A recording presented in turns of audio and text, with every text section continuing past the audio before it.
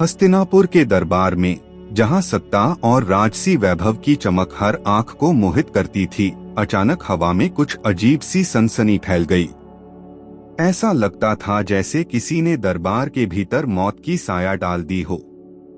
युधिष्ठिर की आंखों में सवाल थे, भीम की मांसपेशियों में बेचैनी थी और विदुर के चेहरे पर गहरा भय। कोई देख नहीं सकता था कि दुर्योधन और शकुनी की चालें धीरे धीरे एक घातक जाल बुन रही हैं, एक ऐसा जाल जिसमें एक झटका भी पांडवों के जीवन का अंतिम क्षण साबित हो सकता है। और यही जाल था लक्षागृह का भव्य, खूबसूरत लेकिन घातक महल, जहां हर दीवार, हर खंभा, हर फर्श मौत का संदेश दे रहा था। महाभारत में लक्षागृह का षड्यंत्र केवल एक युद्ध की योजना नहीं थी, बल्कि यह पूरी तरह से राजनीति, चालाकी, पूर्वज्ञान, धैर्य और बुद्धिमत्ता का खेल था। हस्तिनापुर में जब पांडव की वीरता और शौर्य के कारण प्रजा उनके पक्ष में होने लगी और युधिष्ठिर की न्यायप्रियता के कारण लोग उन्हें राजा के रूप में देखने की इच्छा प्रकट करने लगे, तो दुर्योधन के मन में ईर्ष्या की आग भड़क उठी। उसने अपने मामा शकुनी और विश्वासपात्र मंत्री पुरोचन के साथ मिलकर एक ऐसी योजना बनाई जिसमें पांडवों का जीवन समाप्त करना असंभव सा दिखता था।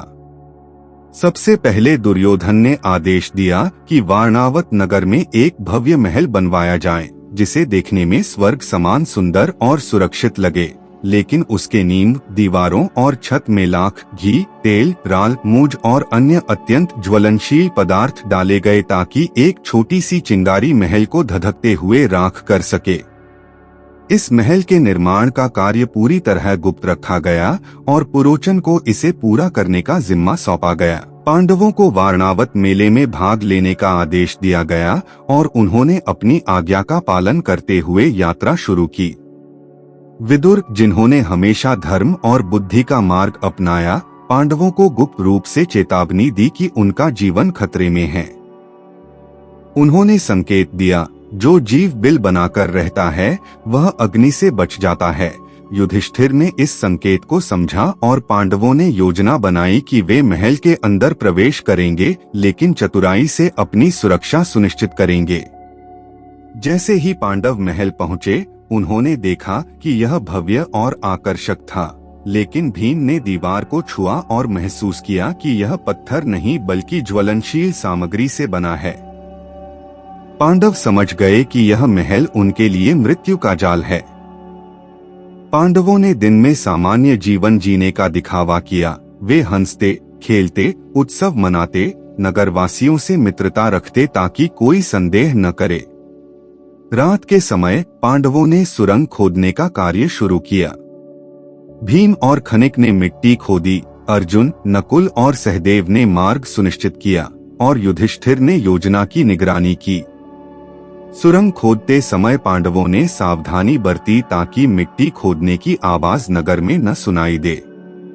उन्होंने दिन में उत्सव, ढोलनगाड़ों और संगीत का सहारा लिया ताकि सुरंग निर्माण की आवाज छिपी रहे। धीरे धीरे महल के नीचे जीवन का मार्ग बनता गया। सुरंग निर्माण के दौरान कई छोटे संकट आए, कभी मिट्टी गिरी, कभी संरचना ढहने का खतरा, कभी पुरोचन और उसके सहयोगियों ने संदेह करना शुरू कर दिया, लेकिन पांडवों ने हमेशा शांत और संयमित रहते हुए हर बाधा पार की। भीम की अद्भुत शक्ति और सूंघने की क्षमता ने यह सुनिश्चित किया कि ज्वलनशील पदार्थ सुरंग निर्माण में बाधा न बने। अर्जुन की निशानेबाजी और रणनीतिक सोच ने रात में सुरक्षात्मक गश्त के दौरान उन्हें सुरक्षित रखा। अंततः वह निर्णायक रात आई। अमावस्या की रात थी, जब नगर सन्नाटा था। पांडवों ने महल में आग लगा दी। लाख, घी और तेल की वजह से महल एक क्षण में ज्वालामय हो गया। पुरोचन और उसके लोग भ्रमित हो गए और महल में फंस गए। भीम ने कुंती को कंधे पर उठाया और सभी भाइयों के साथ सुरंग से सुरक्षित बाहर निकले। यह रास्ता संकरी, अंधेरी और खतरों से भरी थी, लेकिन वही उनका जीवन रक्षक मार्ग थी। पांडव घने जंगलों और गंगा तट तक पहुँचे, जहाँ विदुर द्वारा भेजी गई गुप्त नाव उनका इंतजार कर रही थी। रात के अंधेरे में गंगा पार करते समय उनके पीछे जल रहा था उनका अतीत और सामने था अनिश्चित भविष्य, लेकिन भीतर उनका साहस और सतर्कता पहले से अधिक मजबूत हो चुकी थी। हस्तिनापुर में जब यह समाचार पहुंचा कि पांडव जलकर मर गए तो भीष्म और द्रोणाचार्य शोक में डूब गए, जबकि दुर्योधन अपने अहंकार में मुस्कुरा रहा था, यह सोचकर कि अब उसकी सत्ता में कोई बाधा नहीं बची। लेकिन यह विश्वास सबसे बड़ा भ्रम था, क्योंकि पांडव अब ब्राह्मणों के वेश में जंगलों में रहकर अपनी शक्ति और रणनीति को निखार रहे थे। उन्होंने वनवास के दौरान भूख, प्यास, शारीरिक कठिनाइयों, रात के भय और शत्रुओं की निगरानी जैसे छोटे बड़े संकटों का सामना किया और अपनी सूझबूझ, धैर्य और सामूहिक बुद्धि से हर खतरे को टाल दिया। इस समय पांडवों ने केवल जीवित रहने की कला ही नहीं सीखी, बल्कि यह भी जाना कि राजा का वास्तविक बल केवल सेना, महल या धन में नहीं, बल्कि उसकी प्रजा का प्रेम, उसकी दूरदर्शिता और संकटों में सही निर्णय लेने की क्षमता में निहित होता है। लक्षाग्रह की राख से उठकर पांडव एक नई शक्ति के रूप में उभरे, जिन्होंने आगे चलकर धर्म और न्याय की स्थापना के लिए महायुद्ध की नींव रखी।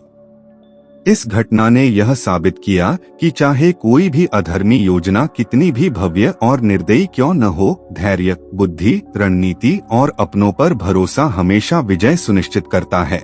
और जब अमावस्या की रात में महल की ज्वालाएं आसमान को छूने लगीं और पांडव सुरंग के रास्ते जंगल की ओर निकल गए, तब किसी ने भी सोचा नहीं था कि यही राख, वही बचपन और वही संघर्ष उन्हें एक नई शक्ति और नई पहचान देगा। उस राख में छुपी हुई सीख थी कि चाहे कितना भी बड़ा संकट हो, चाहे कितनी भी भव्य योजना आपके सामने खड़ी हो, संयम, बुद्धि और अपनों पर भरोसा हमेशा विजय की राह खोलता है। और यही वह आग थी जिसने न केवल महल बल्कि अधर्म की सभी योजनाओं को भस्म कर दिया और भविष्य में आने वाले महायुद्ध की नींव रख दी। ऐसी ही और भी पौराणिक और जीवन बदल देने वाली कथाओं के लिए हमारे साथ जुड़े रहें। याद रखें, अंत में केवल आपका कर्म ही आपकी असली पहचान है। अगर आपको यह कहानी रोचक लगी तो सोचिए, महाभारत में ऐसे सैकड़ों रहस्य और भी छिपे हुए हैं जिनके बारे में बहुत कम लोग जानते हैं।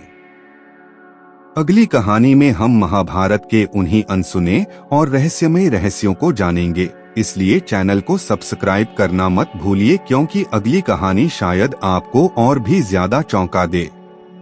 तब तक के लिए बोलिए जय श्री राधा कृष्ण राधा राधा।